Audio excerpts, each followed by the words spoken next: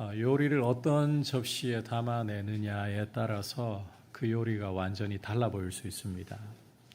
굉장히 고급진 요리인데도 그냥 양푼위에다가 퍼담아서 내어준다면 고급 요리의 가치가 그냥 양푼위에 담은 것으로 보일 수가 있습니다.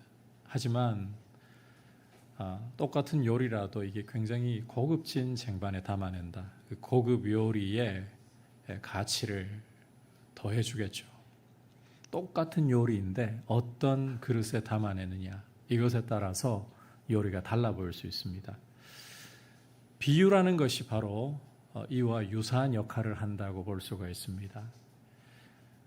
예수님의 말씀을 듣고 믿는 사람에게는 이 비유라는 것이 하나님 나라의 비밀을 더 풍성하게 밝혀주고 더 쉽게 깨달을 수 있도록 촉진하는 역할을 하고, 주님을 거부하고 그 말씀을 믿지 않는 이들에게는 이 비유라는 것이 하나님 말씀의 그 깊은 것을, 비밀을 숨겨버리는, 그리고 그 비밀을 해치지 못하도록 보호해버리는 그런 역할을 하는 것입니다. 우리가 지난 시간에 씨 뿌리는 비유에 대해서 함께 말씀을 살펴보았습니다.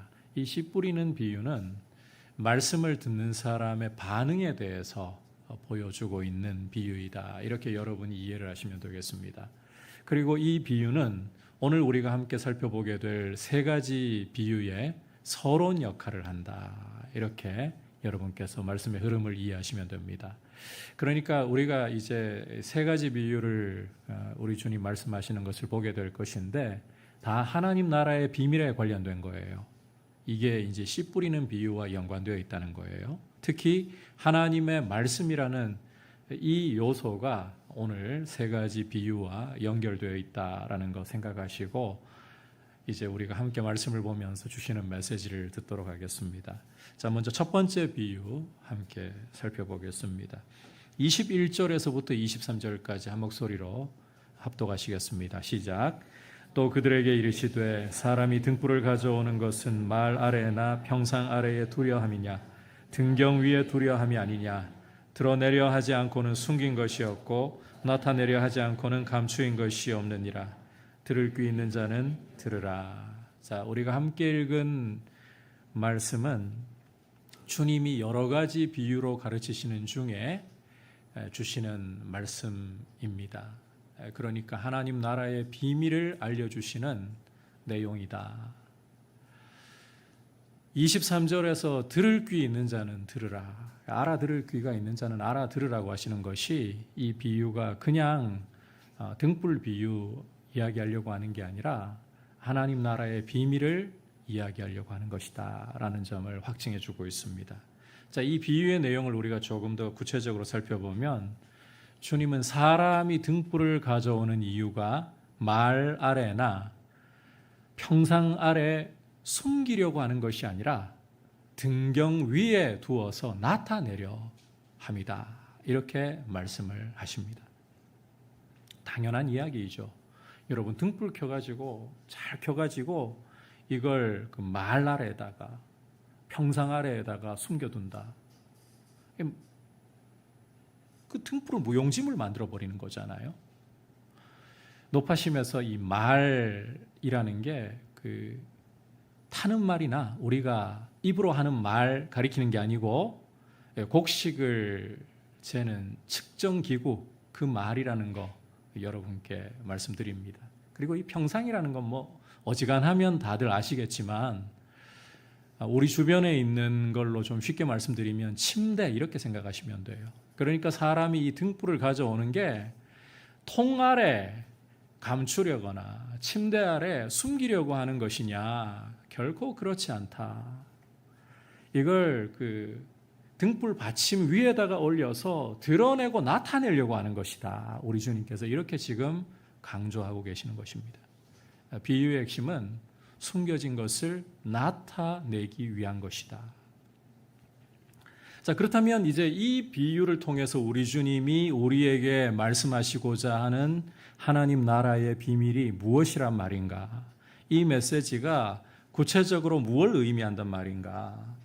자, 참고로 헬라어 원문에서 이 등불이라고 할 때에 우리말에는 표시가 안 납니다만 정관사가 붙어 있습니다. 그러니까 이 등불을 그냥 어떤 하나의 등불 이렇게 볼 수 있는 것이 아니라 그 등불로 번역을 해야 된다는 거예요. 세상에 하나뿐인 그 등불. 다시 말해 하나님 나라의 왕이신 예수 그리스도를 가리키고 있다라는 것입니다. 여러분, 우리 주님은 본래 신비이고 비밀이신 분입니다. 하나님의 신비이시고 하나님의 비밀이신 분, 그분이 바로 예수 그리스도이십니다. 그런데 하나님께서 이 신비, 이 비밀을 나타내셨습니다. 우리 주님이 공생애를 시작하시면서 요단강에서 요한에게 세례받으실 때 하나님 아버지께서는 성령으로 우리 주님 위에 기름을 부으시고 또 하늘의 음성으로 증언하시면서 예수님을 나타내 보이셨습니다. 또 우리 주님이 병자를 고치시고 귀신을 쫓아내시고 천국 복음을 전파하시는 것을 통해서 하나님 아버지는 우리 주 예수님을 나타내셨습니다. 예수 그리스도는 감추어져 있던 하나님의 비밀, 그러나 이제는 하나님이 나타내신 분이에요. 따라서 로마서 16장 25절과 26절에서 사도 바울은 이렇게 외치고 있는 것입니다. 함께 한 목소리로 로마서 16장 25절, 26절 읽어보겠습니다. 시작. 나의 복음과 예수 그리스도를 전파함은 영세전부터 감추어졌다가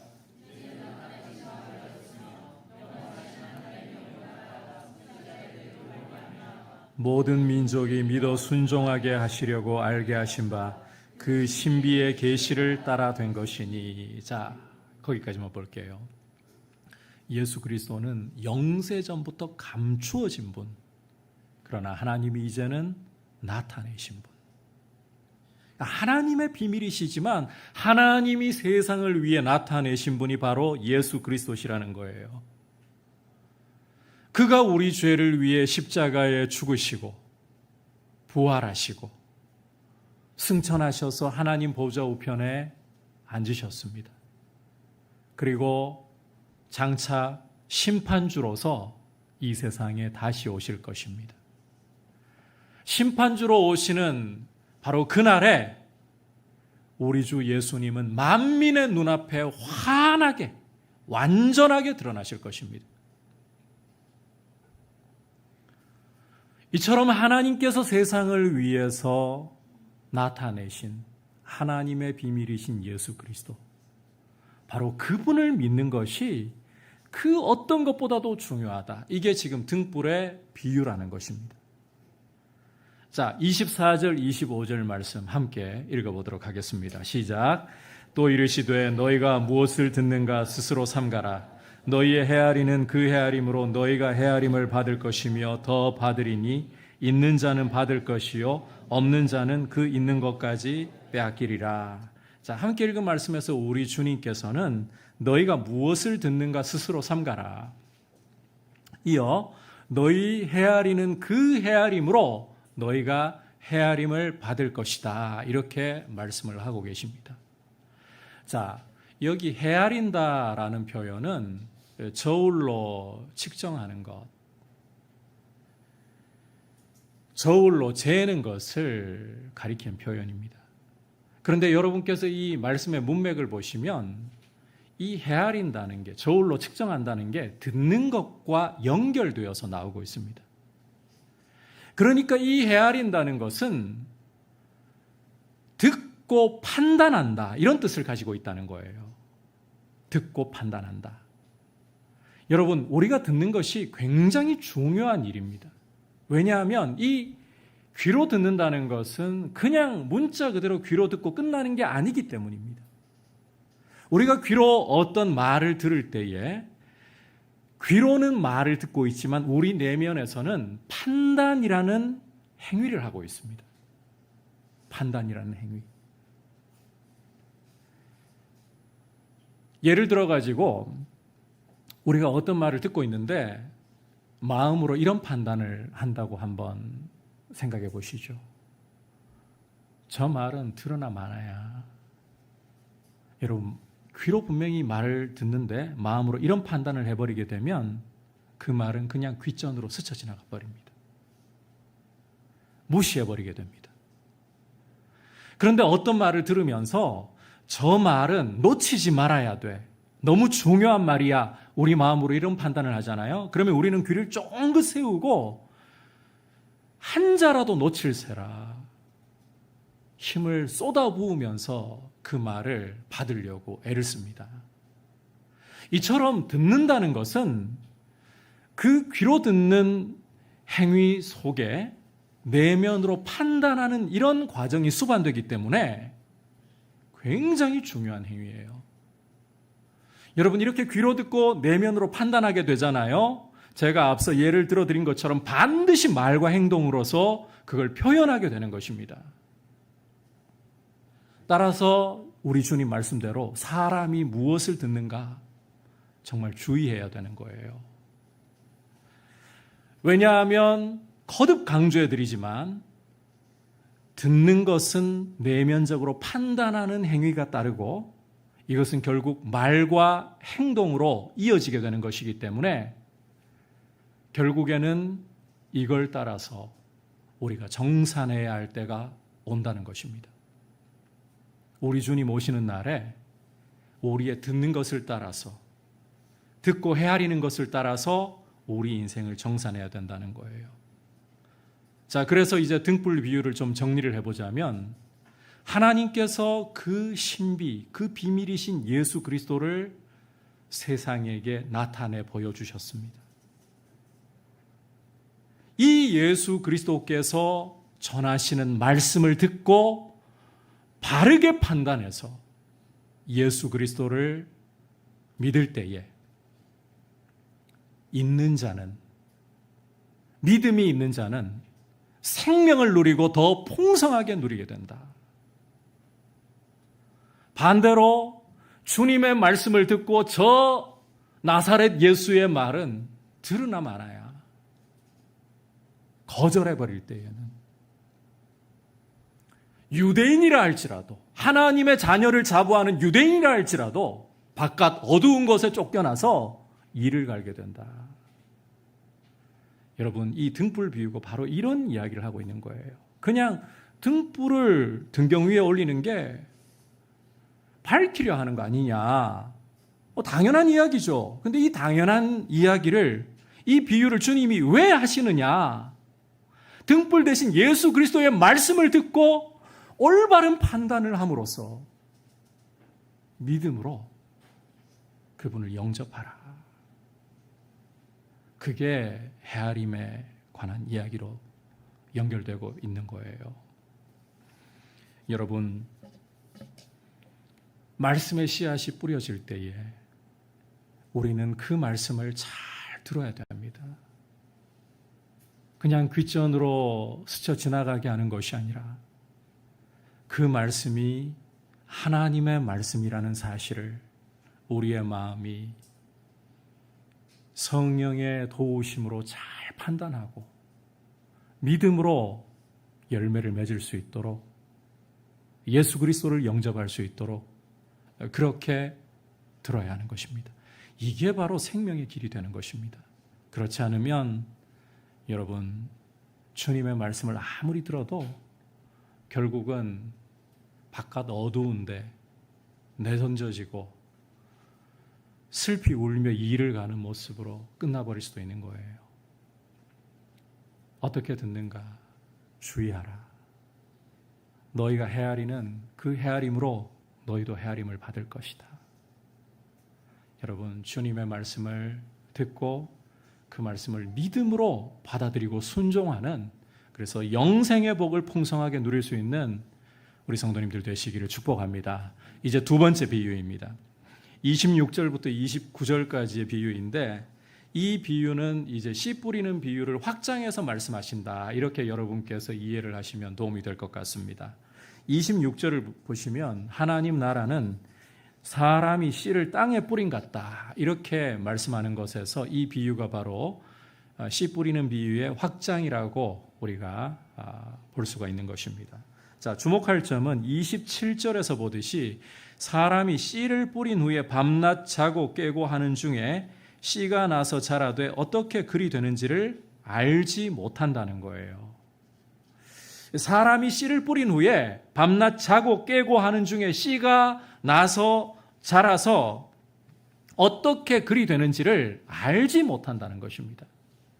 이 무슨 말씀인가 하면 씨 뿌리는 사람의 역할은 그저 씨 뿌리는 것에 끝날 뿐이지 이 씨가 자라나는데 조금도 도움이 되지 않는다, 기여하는 바가 없다라는 걸 강조하는 거예요. 이 부분을 28절에서 보다 더 상세하게 말씀하고 있습니다. 28절 함께 읽어보겠습니다. 시작. 땅이 스스로 열매를 맺되 처음에는 싹이요 다음에는 이삭이요 그 다음에는 이삭의 충실한 곡식이라. 자, 함께 읽은 말씀을 주목해 보시면 땅이 스스로 열매를 맺는다라고 말씀을 하고 있어요. 자, 여기에서 강조되고 있는 표현이 스스로라는 표현입니다. 저절로, 알아서 이렇게 번역을 하는 게 더 이해를 하는데 도움이 될 것 같습니다. 여러분께서 이 스스로라는 표현을 헬라어로 보면 사람의 개입이 배제된 외부 통제로부터 독립적인 이런 의미를 가지고 있는 단어입니다. 그러니까 사람이 뭔가를 해서 사람의 조력이 보태져서 씨가 자라나는 게 아니라는 거예요. 씨가 알아서 저절로 자라난다. 이걸 지금 이 비유는 강조하려고 하는 것입니다. 참고로 28절을 여러분께서 다시 주의해서 보시면 땅이 스스로라고 땅을 주어로 삼고 있기 때문에 땅의 역할을 강조하는 것처럼 보일 수도 있습니다만 그게 아니에요. 오히려 씨가 알아서 저절로 자란다. 씨의 역동성에 대해서, 씨의 생명력에 대해서 강조하고 있는 게 이 비유라는 것입니다. 결국 사람에게 뿌려진 하나님의 말씀의 씨앗이 눈에 보이지 않지만 성령의 역사로 말미암아서 반드시 싹이 나고 자라서 결실하게 된다. 이게 지금 이 비유에서 강조하려고 하는 바예요. 씨의 생명력, 씨의 역동성. 여러분, 하나님의 말씀이라는 것은 결코 실패가 없습니다. 천지는 없어져도 하나님의 말씀은 세세토록 살아있고 온동력이 있습니다. 그래서 하나님의 말씀은 반드시 싹을 내고 자라서 열매를 맺을 수밖에 없는 거예요. 선포된 하나님의 말씀이 헛되이 허무하게 사라지지 않는다는 것입니다. 자, 그렇다면 이제 우리가 한 가지 의문이 일어날 수 있습니다. 씨 뿌리는 비유를 보면 이 씨가 다 좋은 땅에 떨어지는 것만은 아니잖아요. 길가에 떨어지기도 하고 흙이 얕은 돌 위에 떨어지기도 하고 가시떨기 속에 떨어지기도 하고 그런 경우에 씨들은 열매를 맺지 못하고 결국은 다 죽고 사라지는 거 아닙니까? 이건 도대체 어떻게 설명해야 됩니까? 하나님의 말씀은 결코 실패할 수 없고 결코 헛될 수 없다면서요. 여러분, 이 씨 뿌리는 비유의 초점이 어디에 있는가 하면요, 씨의 실패를 이야기하고자 하는 게 아닙니다. 여러분께서 이 부분 잘 들으셔야 되는데, 앞서 우리가 보았던 씨 뿌리는 비유는 씨가 잘못 떨어지면 실패한다 이 이야기 하려고 하는데 초점이 있는 게 아니에요. 씨의 실패의 초점이 아니라 그 말씀의 씨앗을 받는 사람의 반응에 초점을 맞추고 있는 비유입니다. 반응에. 여러분께서 이 비유의 말씀을 들을 때에요, 비유를 갖다가 토시 하나 안 빠뜨리고 하나하나 다 뜻이 있을 거야, 그렇게 비유를 보셔서는 안 되고, 비유가 강조하려고 하는 그런 포인트가 있어요. 초점이 있어요. 그걸 중심으로 비유를 보셔야 되는데, 앞서 씨 뿌리는 비유는 씨의 실패가 아니라 말씀을 듣는, 그 말씀의 씨를 받는 사람들의 반응에 초점이 있는 것이고, 지금 우리가 함께 보고 있는 이 비유는 씨의 역동성, 씨의 생명력. 그래서 하나님의 말씀의 씨앗이라는 것은 사람이 거들어서가 아니라, 사람이 무언가를 보태서가 아니라 보이지 않지만 성령의 역사로서 반드시 그 말씀을 내신 하나님의 뜻을 이루고 승리한다. 이걸 강조하려고 하는 거예요. 여러분, 거듭 강조하지만 하나님의 말씀은 살아있고 운동력이 있습니다. 하나님의 말씀은 성령의 역사로 반드시 승리하고 그 뜻대로 이루어지고야 마는 것입니다. 역사 가운데 수많은 황제들과 폭군들이 하나님의 말씀인 성경을 없애려고 얼마나 많은 노력을 기울였는지 모릅니다. 성경을 장사 지내는 조종 소리가 수도 없이 울렸습니다. 그럼에도 불구하고 성경은 그때마다 무덤을 열고 다시 살아났습니다. 그러나 여러분, 성경을 없애려고 했던 그 수많은 황제들과 폭군들 어디에 있습니까?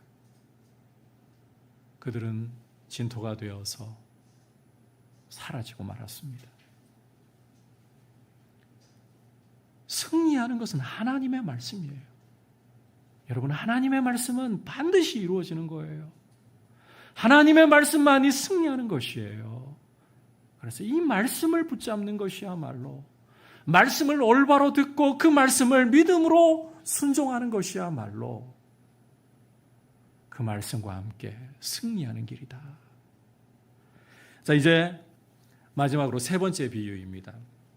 이어지는 30절에서 우리 주님이 하나님 나라에 대해서 한 가지를 더 말씀하시는데, 자, 어떤 비유이냐? 31절, 32절 같이 읽어보겠습니다. 시작. 겨자씨 한 알과 같으니 땅에 심길 때에는 땅 위의 모든 씨보다 작은 것이로되 심긴 후에는 자라서 모든 풀보다 커지며 큰 가지를 내나니 공중의 새들이 그 그늘에 깃들일 만큼 되느니라. 자, 이 말씀에서 우리 주님은 하나님의 나라를 겨자씨 한 알과 같다. 겨자씨 한 알과 같다. 이렇게 비유를 들고 계십니다. 여러분, 이 겨자씨 한 알이라는 것은 굉장히 작습니다. 눈에 잘 띄지 않을 정도로 작은 것입니다. 하지만 이 작은 한 알의 겨자씨가 땅에 심겨질 때에는 자라서 모든 풀보다 커지고 그 가지를 튼튼하게 내어서 마침내는 공중에 새들이 깃들게 된다. 여러분들이 이 겨자에 대해서 좀 이해할 수 있도록 그 유대인들의 사고 한 가지만 좀 설명을 하고 지나갈게요. 겨자가 이 가지가 난다 그러면 나무로 분류한다는 거잖아요. 혹시 겨자가 나무라고 생각되시는 분들 계신가요? 사진 보시면 여러분, 나무라고, 우리 문화에서는 나무라고 안 볼 거예요. 풀에 가깝다고 보지. 그런데 유대인들은 이 풀과 나무를 분류하는 기준이 우리하고 다릅니다. 유대인들은 이 싹이 나잖아요. 그래서 잎이 땅에 거의 붙어 있다시피 하면 그건 풀이에요. 그런데 더 자라올라서 잎이 땅으로부터 일정 부분 이상 떨어져 버리잖아요. 나무로 분류합니다. 이해하시겠죠? 그래서 우리가 보기에는 겨자가 풀 같아요. 그런데 이건 나무로 분류가 되기도 하고 또 가지가 새들이 깃들 수 있을 정도는 됩니다. 이런 부분을 알고 성경을 읽으시면 도움이 될 것 같아요. 중요한 것은 이 눈에 보이지도 않을 만큼 작은 이 겨자씨인데 심겨지니까 놀라운 결과를 낸다는 거예요. 눈으로 볼 때는 너무나도 미미하고 이게 정말 보이기나 하는 것인가. 그런데 마침내 새들이 깃들 정도로 자라서 가지가 견고해진다는 것입니다. 하나님의 나라는 시작할 때에는 정말 이게 될까 싶을 정도로 미미하게, 그러나 마침내 그 나라는 열방이 사모하고 나아올 정도로 자라서 승리하게 된다. 하나님 나라의 이 영광스러운 결과를 보여주려고 하는 게 이 겨자씨의 비유입니다. 여러분께서 이 말씀 중에서요, 가지에 깃들인다 이 표현을 좀 주목하실 필요가 있는데, 이 가지에 깃들인다라는 표현은 구약 성경을 읽어보시면 에스겔 31장 6절이라든지 다니엘 4장 12절에 이 표현이 등장합니다. 이게 뭘 묘사하는 이미지인가 하면 아수르라든지 바벨론과 같은 이런 대제국들에게 주변 나라들이 모여들어서 도움을 받으려고 하는 모습, 이걸 묘사하는 거예요. 이 아수르나 바벨론 같은 경우는 그 힘이나 군사력으로 주변 나라들을 두렵게 했잖아요. 그러니까 주변 나라들이 눈치를 보고 아수르나 바벨론에게 힘입어 가지고 생존하겠다, 나라를 이어가겠다. 그래서 눈치 보면서 모여드는 걸 이야기하는 게 새들이 가지에 깃든다, 이 표현으로 원래 썼습니다. 그런데 우리 주님께서는 그 표현을 지금 하나님 나라에다가 사용하고 계십니다. 다시 말해 하나님 나라는 열방이 모여드는 나라, 이걸 표현하려고 하시는 거예요. 그런데 세상 제국들과 달리 하나님의 나라는 그 힘 때문에 눈치 보고 어쩔 수 없이 모여드는 나라가 아니라 의와 평강의 통치가 이루어지는 나라, 소망과 생명을 주는 나라, 바로 그와 같은 나라이기 때문에 열방이 그 나라의 왕이신 예수 그리스도를 바라보고 사모하면서 그 빛으로 나와 그 의와 생명의 통치를 바라는 것을 새들이 깃든다, 이렇게 묘사하는 거예요. 여러분, 하나님의 나라는 정말 겨자씨 한 알처럼 시작되었습니다. 우리 주님이 하늘의 영광을 버리시고 이 땅에 오셨을 때에 그분은 아무도 주목하지 않는 방식으로 오셨습니다. 베들레헴의 한 마국간에서 아무도 알아차리지 못하게 오셨습니다. 그분은 갈릴리 나사렛 목수의 아들로 자라시면서 사람들이 저 요셉의 아들 뭐 볼 게 있나. 그러나 우리 주님이 시작하신 하나님의 나라는 겨자씨 한 알같이 시작한 이 하나님의 나라는 이제 여러분 우리 시대를 한번 보십시오.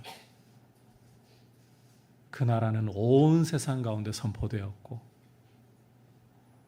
우리 주님의 복음이 이르는 곳에 의와 생명이 이루어지고 있습니다. 여러분, 교회가 이 의와 생명의 통치를 나타내 보이지 못해서 역사 가운데 하나님 나라를 참 오해하게 만들었던 일들이 있죠. 대표적인 것이 바로 중세의 십자군 원정 같은 거 아닙니까? 이슬람들이 차라리 긍휼이 많았어요. 이슬람이 상식적이었어요. 제가 이런 이야기 드린다고 해서 여러분 오해하지 마십시오. 이슬람을 좋아하고 지지한다 이런 오해하지 마십시오. 여러분, 하나님의 말씀을 잘못 받아들이고 해석하니까요, 이슬람보다 비상식적이고 이슬람보다도 오히려 미혹에 빠져서 십자군 원정 가운데 여러분 소년 십자군 그냥 이야기로 끝났으면 좋겠어요. 그런데 싫어해요. 성인도 안 된 소년들을 사지로 내몰았어요.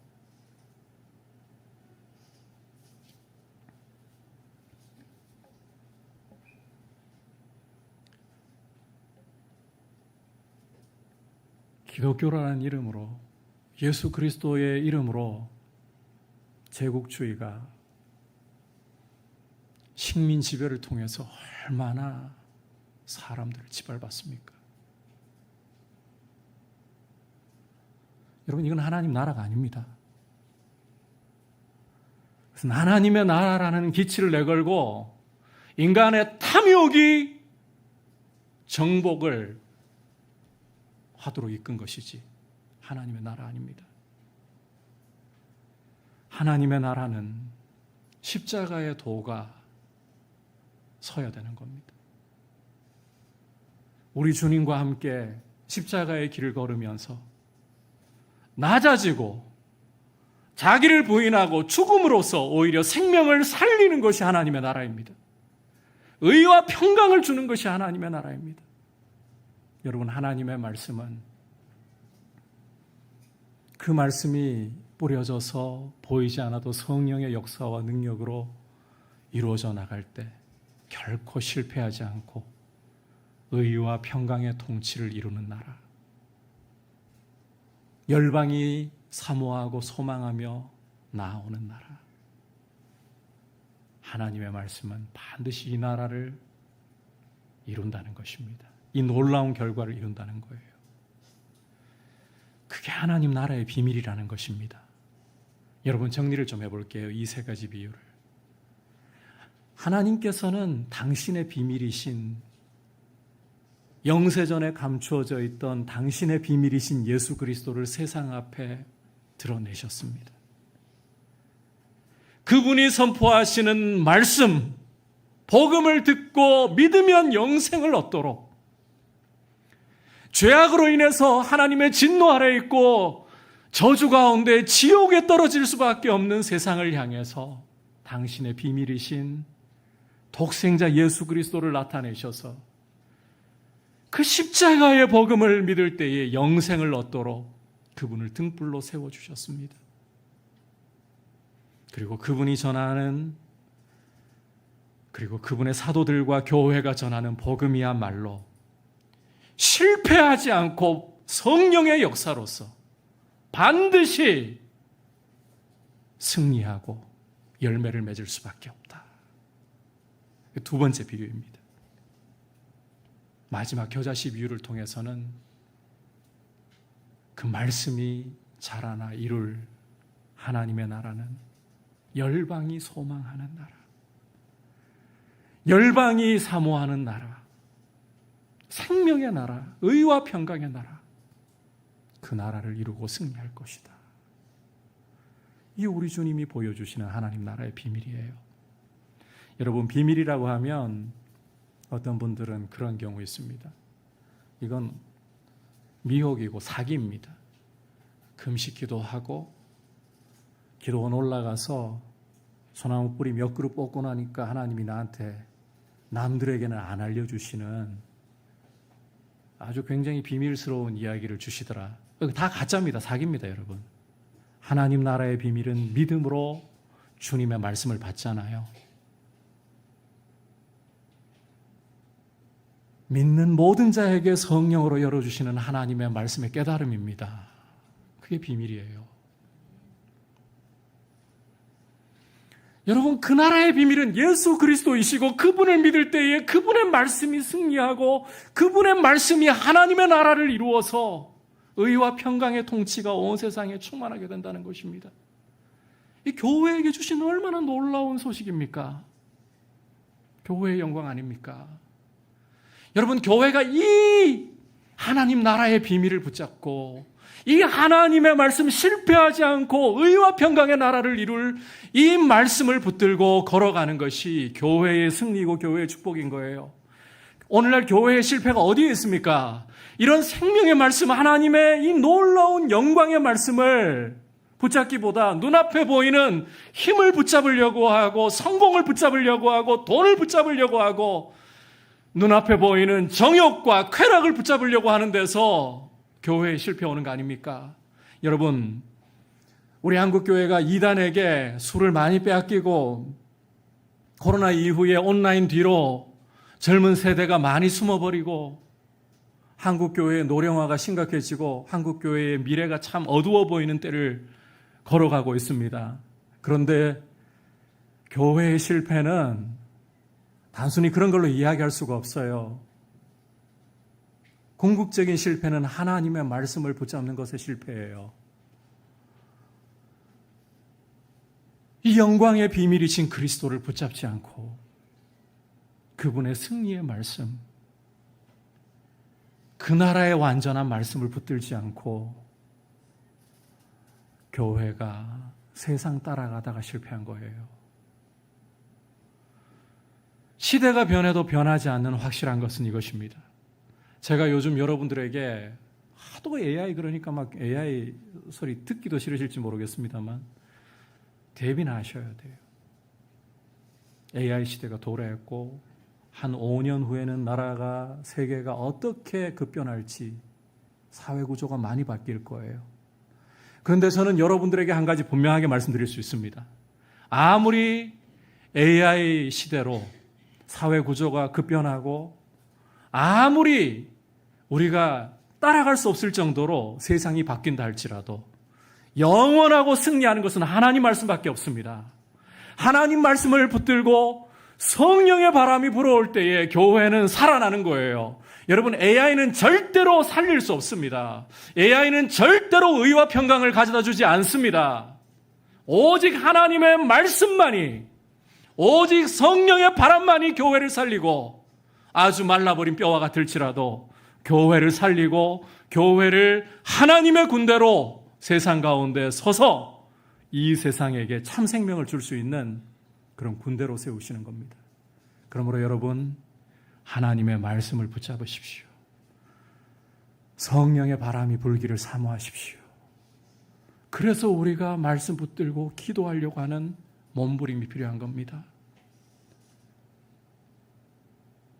말씀 운동이 일어났으면 좋겠어요. 기도 운동이 일어났으면 좋겠어요.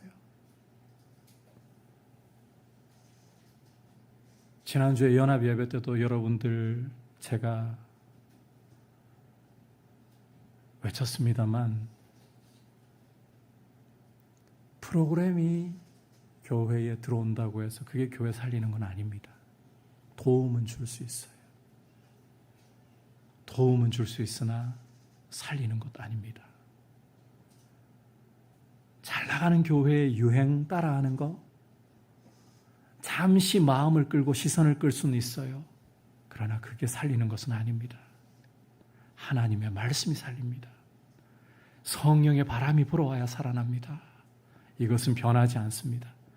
과학이 더 첨단을 달려서 휴머노이드가 우리의 일상 속에 들어와서 비서 노릇하고 우리의 몸에 일정 부분이 불구가 되어서 쓸 수 없을 때에 로봇의 도움을 빌어서 쓸 수 있게 되는 그 순간이 와도 변하지 않습니다. 살리고 세우는 것은 하나님의 말씀이고 성령의 바람입니다. 이게 교회의 경쟁력이에요. 세상이 알 수 없는. 여러분, 주님의 말씀 붙들고 성령의 바람이 불어오기를 구하면서 여러분의 영혼이 하늘의 생명으로 살아서 여러분들이 발을 딛는 곳마다 거기에 주님의 영광이 나타나고 주님의 생명이 흘러가는 귀한 통로 되시기를 축복합니다. 오늘 여러분과 함께 세 가지 비유의 말씀을 통해서 하나님 나라의 비밀에 대해 살펴보았습니다. 첫 번째로 예수 그리스도는 영세전부터 감추어졌던, 그러나 이제는 하나님이 나타내신 신비, 비밀이십니다. 등불 비유는 이 예수 그리스도의 말씀을 듣고 바른 헤아림으로 그분을 믿으라. 그게 생명의 길이다. 그리고 두 번째, 씨 뿌리는 비유의 확장은 주님이 주시는 이 생명의 말씀만이 반드시 승리하고 살아있고 역사하는 것이다. 마지막으로 겨자씨 비유는 하나님의 말씀은 그 나라를 이루고 세상이 앙망하며 사모하며 나아오는 의와 평강과 생명의 통치를 주는 것이다. 반드시 그렇게 열매를 맺는다. 그러므로 이 말씀 붙들고 성령의 바람이 불어오기를 구하는 귀한 성도님들 되시기를 축복합니다.